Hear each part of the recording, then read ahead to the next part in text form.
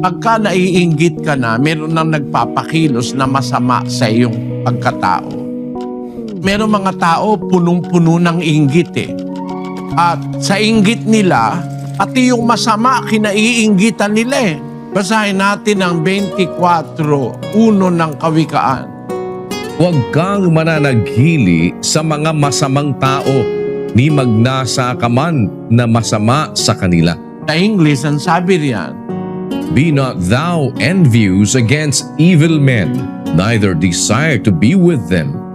pagka maiinggit sa mga tao, lalo na masamang tao, kainggitan mo. Eh kung masama nga, bawal mo kainggitan, yung pabang mabuti, kaiinggitan mo. Kaya yung inggit, hindi yan normal, kapatid. Ang inggit ay insinuated ng masamang espiritu sa ating mga puso. Gusto mong maging normal? Bayaan mo lang. Para normal ka, wala kang kainggitan. Kung ano yung nasa'yo, okay lang.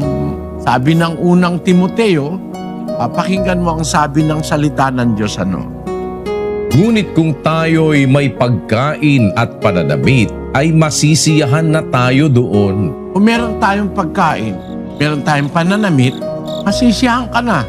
Wala kang bahay, pwede namang umupa. Huwag ka mainggit. Baka may mainggit ka, nagnakaw ka para magkaroon ka nung wala sa'yo. Kung nakakakain ka naman, nakakainom ka, masiyahan ka na ron. Kahit wala kang bahay, wala kang sasakyan, may MRT naman O kaya may paa ka naman para maglakad. Para gumawa ka ng masama dahil sa inggit gusto mo, meron ka rin ng lahat ng bagay.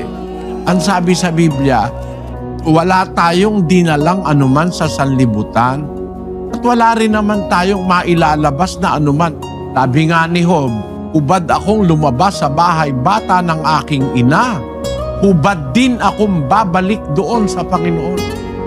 Kaya, di ka makakapagdala ng isang ternong Amerikana Kahit nabihisan ka bago ka ilibing, pag harap mo sa Diyos bulok na yun Kaya wala tayong dinala sa libutan, wala tayong mailalabas.